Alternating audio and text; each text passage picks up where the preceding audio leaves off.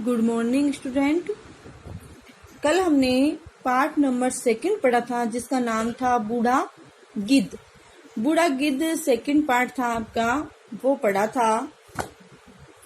तो आपको अच्छे से समझ में भी आया है, फिर आपने उसको दोबारा भी पढ़ा है। अगर नहीं पढ़ा है दोबारा तो आपको दोबारा उसको पढ़ना है, ठीक है। अब हम पार्ट नंबर 2 के क्वेश्चन आंसर है वो करेंगे और वो आपको नोटबुक में करने हैं। तो देखिए, श्रुत लेख है जो मैं बोलती हूँ, आप सुनकर उनको लिखना।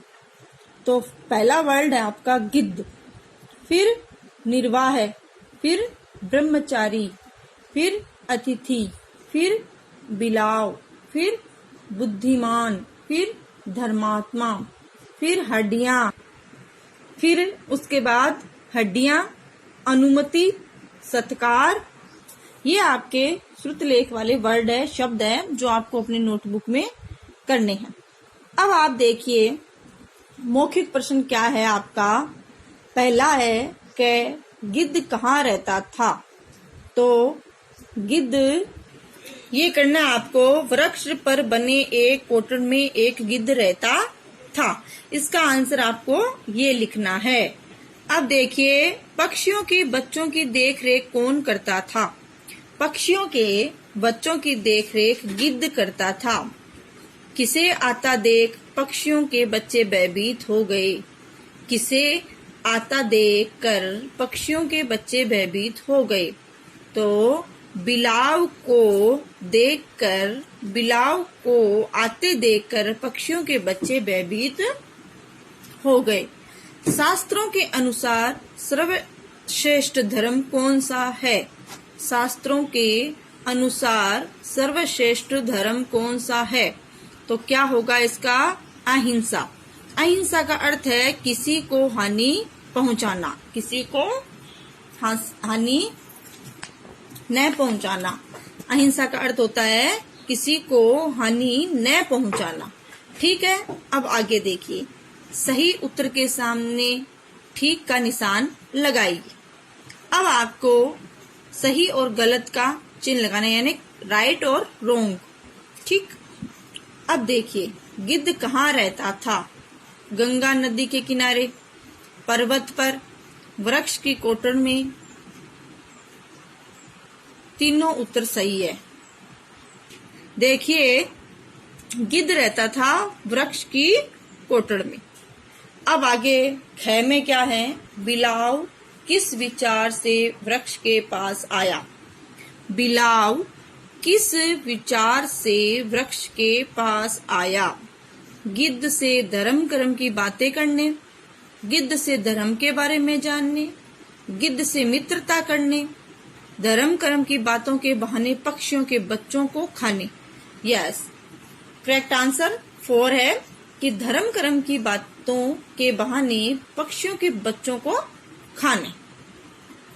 अब देखो, उचित सामग्री न होने पर भी अतिथि का स्वागत कैसे करना चाहिए। उचित सामग्री न होने पर भी अतिथि का स्वागत कैसे करना चाहिए। पानी पिलाकर, उचित स्वागत सत्कार करके, मीठी वाणी बोलकर, अतिथि की प्रशंसा करके। तो कैसे करना चाहिए, मीठी वाणी बोलकर। अतिथि को क्या माना गया है। अतिथि को क्या माना गया है। तो बिलाव, गिद्ध, देवता, इनमें से कोई नहीं। तो क्या माना गया अतिथि को, देवता, ठीक है। फिर आगे देखिए, अड़े में क्या है, बिलाव क्या करता था।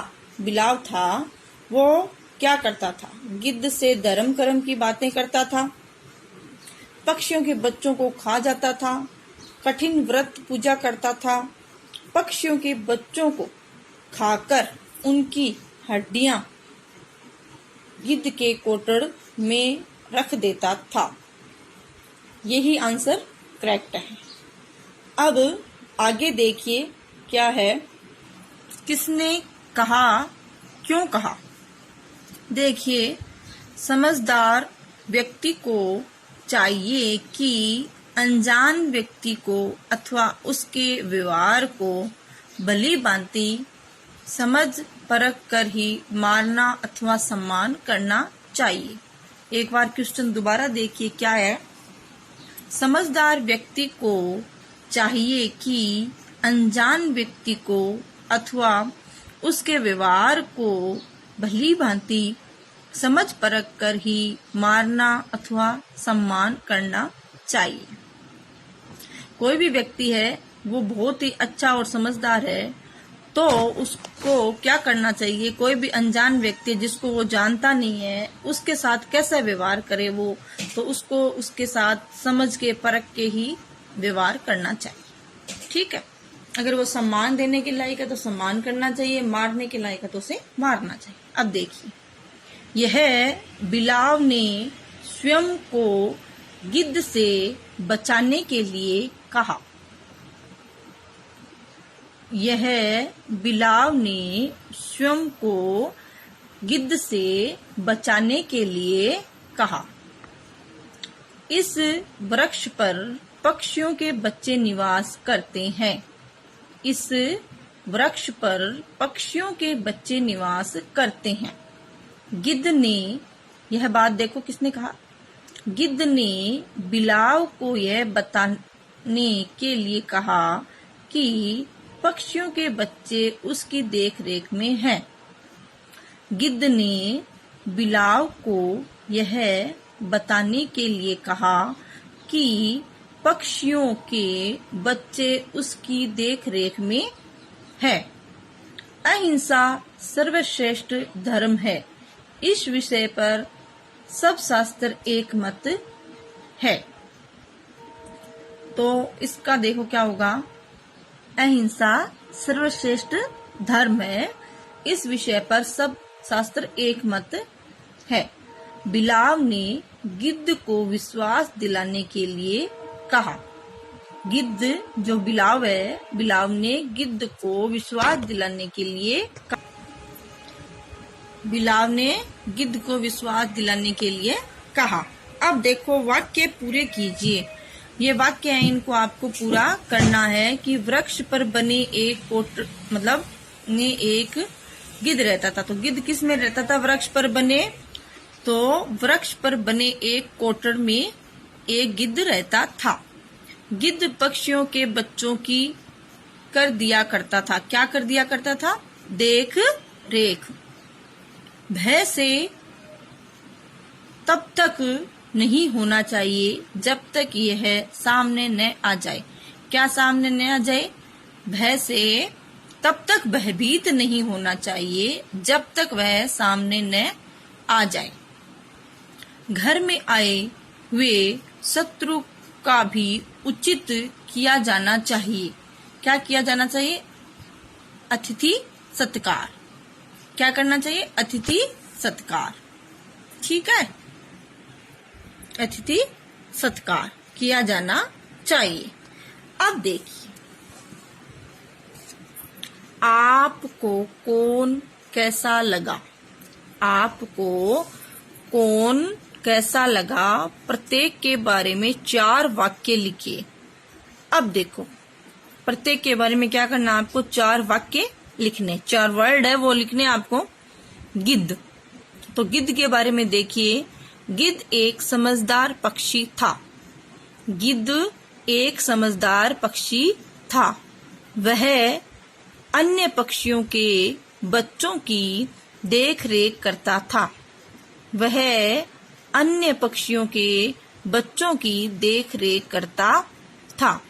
वह बिना समझे बूझे किसी पर भी विश्वास कर लेता था। वह बिना समझे बूझे किसी पर भी विश्वास कर लेता था। उसने एक धूर्त बिलाव पर विश्वास करके अपनों का सर्वनाश कर लिया। उसने एक धूर्त यानी चालाक धूर्त बिलाव पर विश्वास करके अपनों का सर्वनाश कर लिया। अब देखो, बिलाव क्या है? एक मांसाहारी पशु था। एक मांसाहारी पशु था।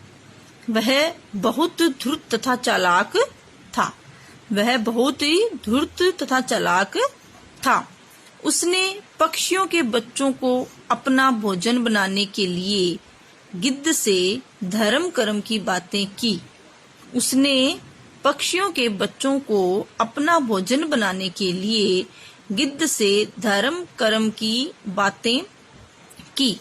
उस पर अपना विश्वास बनाया।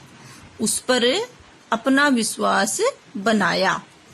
अब देखो, पक्षी अपने भोजन में से थोड़ा थोड़ा गिद्ध को देते थे। पक्षी अपने भोजन में से थोड़ा थोड़ा गिद्ध को देते थे। उसके बदले वह दिन भर पक्षियों के बच्चों की देखभाल करता था। इसके बदले वह दिन भर पक्षियों के बच्चों की देखभाल करता था। पक्षियों का स्वभाव स्वार्थी था। पक्षियों का स्वभाव स्वार्थी था। जब गिद्ध के कोटर में पक्षियों के बच्चों की हड्डियां मिली, जब गिद्ध के कोटर में पक्षियों के बच्चों की हड्डियां मिली तो पक्षियों ने उसे चोंच मार मार कर अधमरा कर दिया। तो पक्षियों ने उसे चोंच मार मार कर अधमरा कर दिया। तो आज के लिए आपके इतने ही क्वेश्चन आंसर है जो आपको अपनी नोटबुक में करने हैं, और फिर इसको आपको याद करना है। इनको आपको याद करना है, पढ़ना है, फिर उसके बाद हम आगे वाले क्वेश्चन आंसर है वो करेंगे। ज्यादा क्वेश्चन आंसर आपके कराने से ज्यादा बर्डन हो जाएगा, इसलिए अपन आज के लिए इतना ही करेंगे। कल हम नेक्स्ट क्वेश्चन आंसर करेंगे। तो आज वाले जो क्वेश्चन आंसर है वो आपको अच्छे से समझ में आए हैं। कल हम आगे के करेंगे। तो आज के लिए इतना ही। थैंक यू बच्चों।